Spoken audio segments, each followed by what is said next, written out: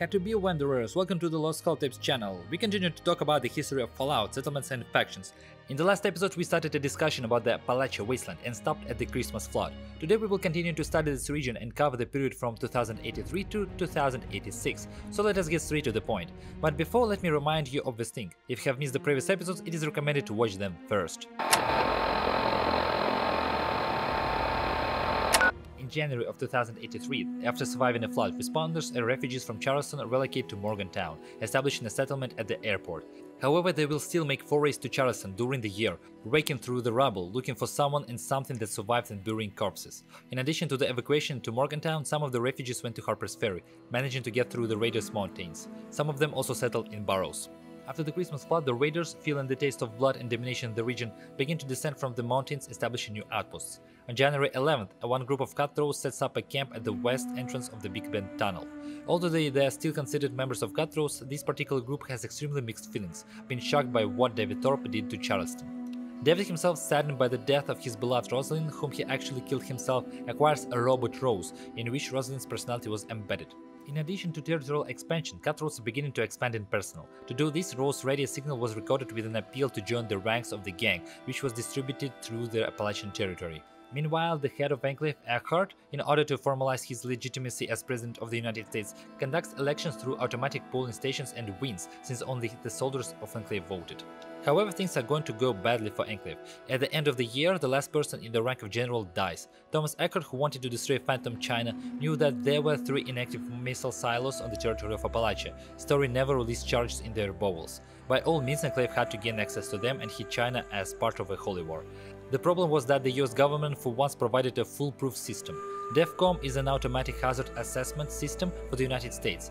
Assessing the danger levels, the system didn't allow the activation of nuclear charges if the level was low. Moreover, the system didn't allow anyone who is not a general in rank to do this.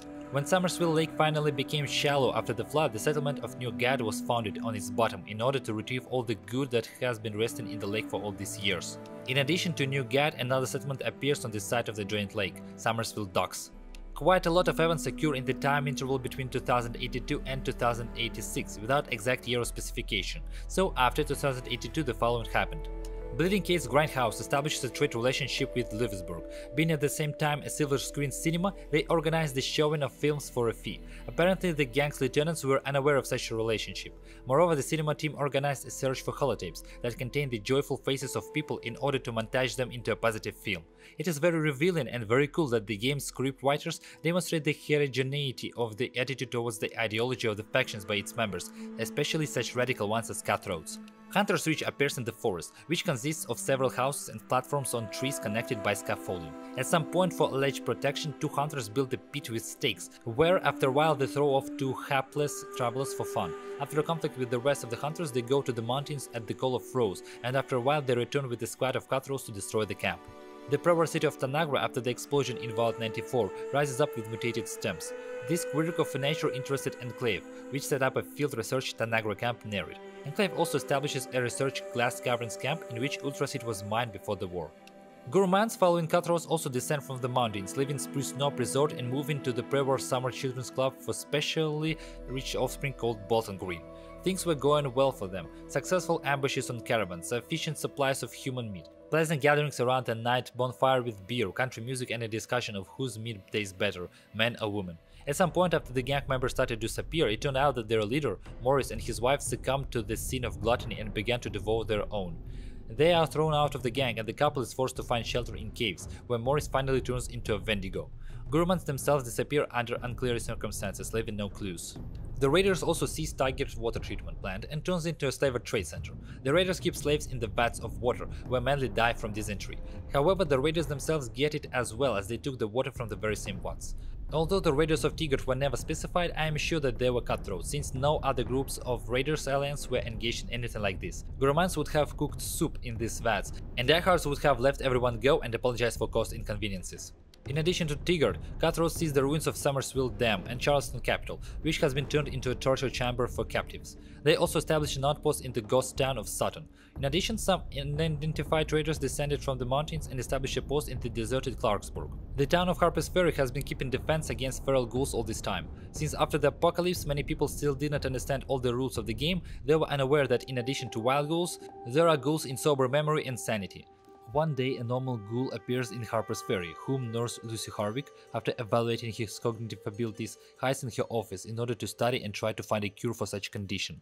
Unfortunately, they were discovered and Lucy was kicked out of town. Wandering through a radioactive swamp, Lucy gets ghoulified herself. Realizing that she and that guy are not the only ones of their kind, she establishes a settlement in the abandoned Valley Galleria, shopping center specifically for ghouls.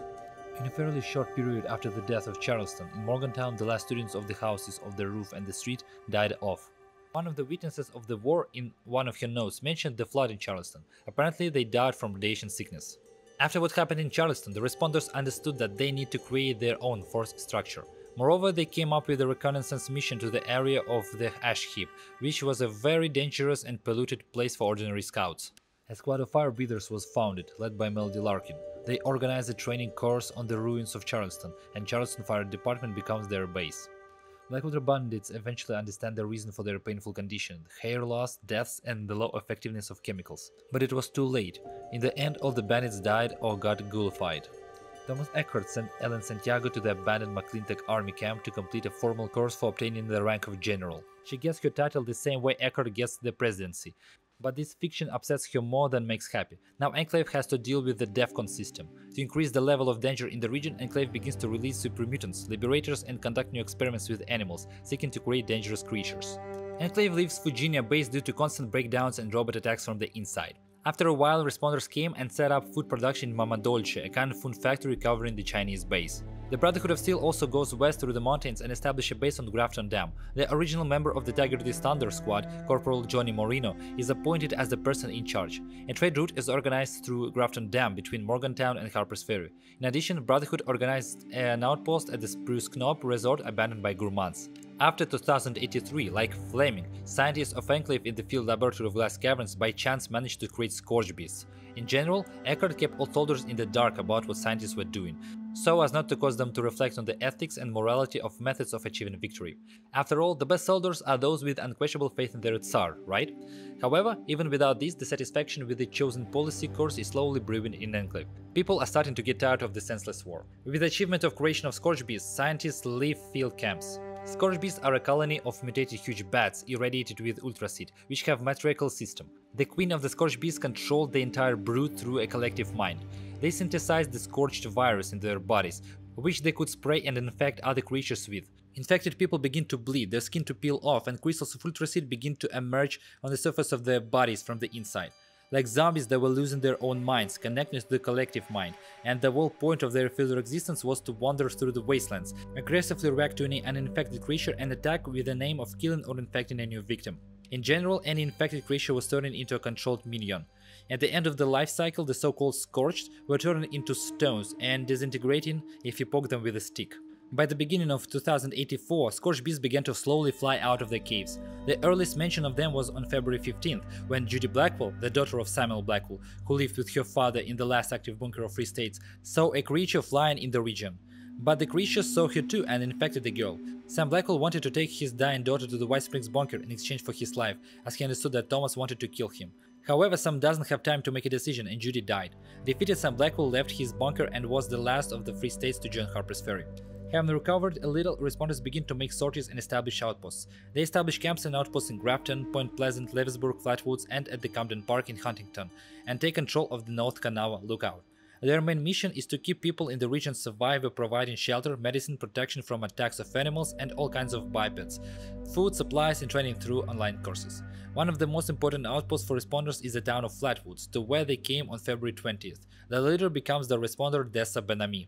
July. General Santiago herself becomes in opposition to Eckhart. She doesn't support his desire to launch missiles and threatens to leave the bunker, depriving Thomas of a last chance to get them. Thomas cannot let her go or kill her. He captures her and puts her into an artificial coma. September the 2nd. The scientists of Enclave at Station J were engaged in catching mutated animals in the region, examining and conducting experiments on them.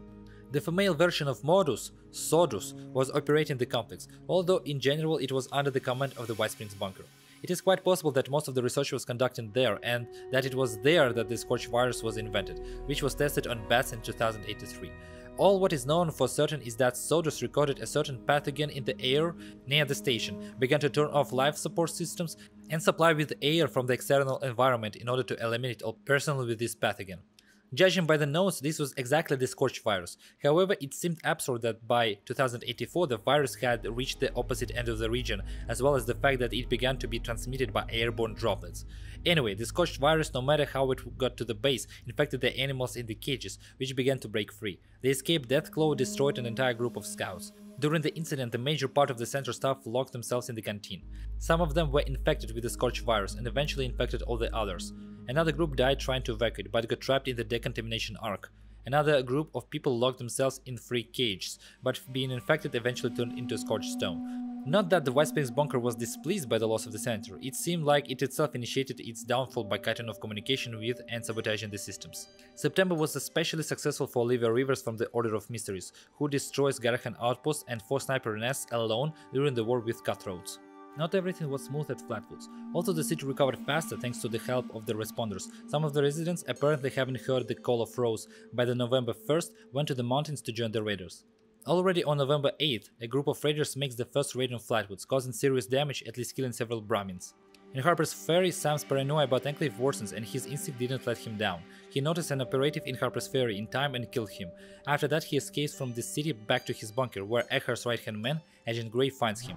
Agent Gray kills Blackfield but dies himself in the jaws of a Deathclaws, which settled in a cave at the entrance of the bunker. 2085. In September, a group of cutthroats who had settled at the entrance to the Big Ben tunnel 2 years earlier moved inside the tunnel, where they set up a base for themselves. A month later, on November 13th, they see a giant bat for the first time.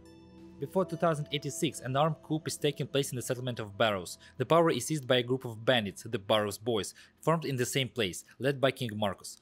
They force all residents to hand over all weapons and start getting supplies for them from dusk till dawn. They are also restoring a robotic and turret security system. Many residents are not satisfied with this and they decide to escape to Mosstown.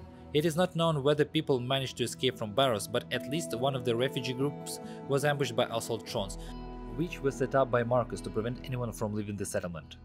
In Harper's Ferry, there was a group of hunters led by Duncan McCann, a man who lost his entire family due to an attack by feral ghouls and thirsting for revenge on everyone ghoulified. His group tracked down a ghoul settlement in Valley Galleria, which forced the ghouls to escape to their chemical factory. Nevertheless, the hunters tracked down the ghouls again and, having lost several people along the way, attacked Dyer. Some of the hunters still recognized former friends in the ghouls and got into a quarrel with Duncan.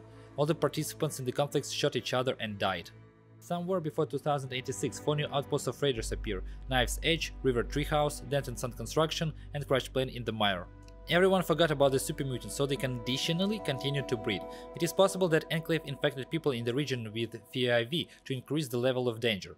This may explain how the whole gang of Harrison Malone turned into super mutants as well. 2086. This year there were a lot of important and turning points for the region. February the 7th, the first death in the camp of the Order of Mysteries. Clarissa, one of the first members of the Order, dies. The girls understand that things will not get any easier and offer to come out of the shadows and join the Alliance of Free States, Responders and Brotherhood of Steel to defeat the Raiders. But Shannon rejects the offer, going against the ideology of superheroes in the shadows. Olivia, who didn't share much enthusiasm with this full superhero theme, is increasingly annoyed with it and her mother, and believes that they have enough strength, resources and skills to come out from behind the scenes and start seizing territories themselves. Spring. A squad of cutthroats under the command of Raider Carey destroys Lewisburg. This group occupies the city after that. In May, Shannon assigns Eve Devois as her vice, giving her the title of Mistress of Novice instead of Olivia. This act finally enraged the latter, and Olivia started plotting revenge. Meanwhile, people finally realize that cases of attacks by super mutants on caravan routes and settlements have become more frequent in the region. Brotherhood of Steel, in alliance with the Responders, is organizing a march in Huntersville. In May, Elizabeth Taggarty gives an inspirational speech to the soldiers, and they march out of Grafton Dam towards the Citadel of Evil. The battle itself in Huntersville was devastating. Brotherhood of Steel's first attack failed, and they retreated. The super mutants continued to press and push the attackers away from their lair. A raider group of trappers living in the camp on the Devil's Backbone, who found themselves dangerously close to the skirmish, became an accidental witness to it.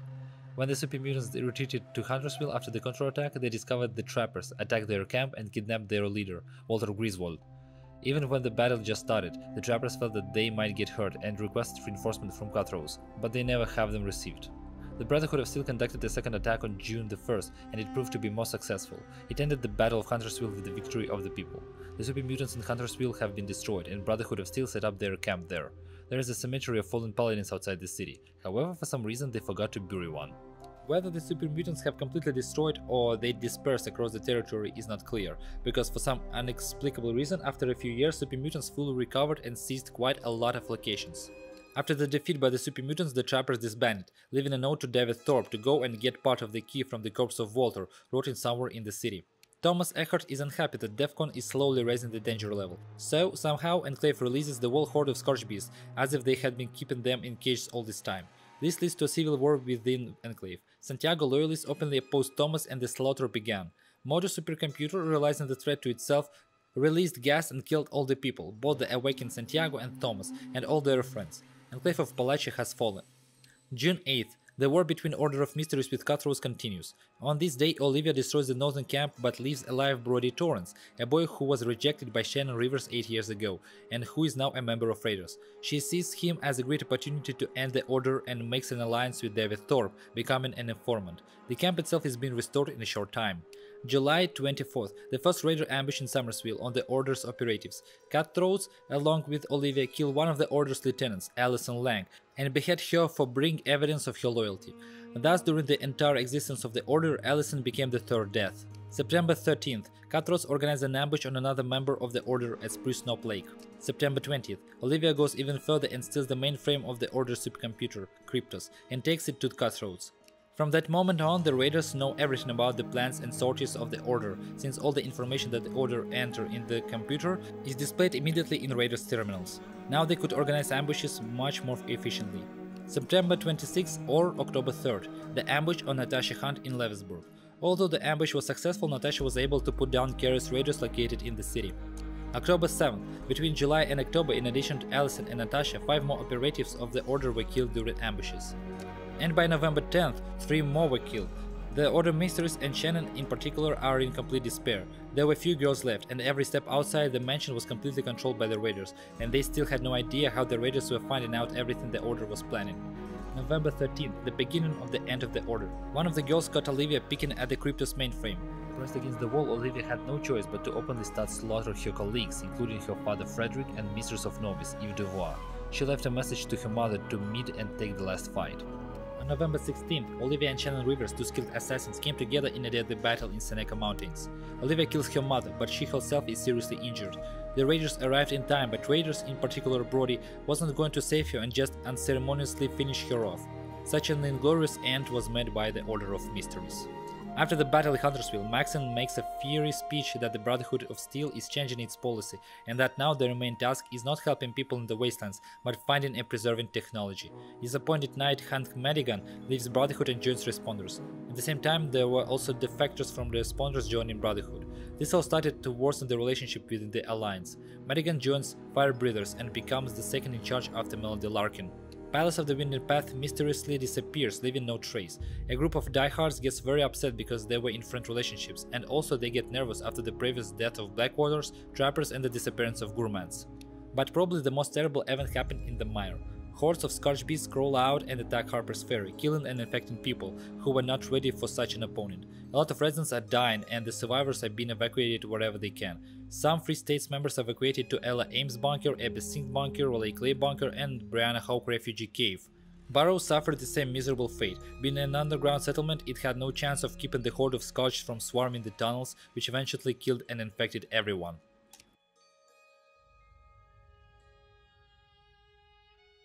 The fall of Harper's Ferry marked a new stage in Appalachian history. Now a completely new and powerful menace has appeared before a few surviving factions. There is no longer any talk of internecine fuss. A large-scale war between the man and the nature has begun.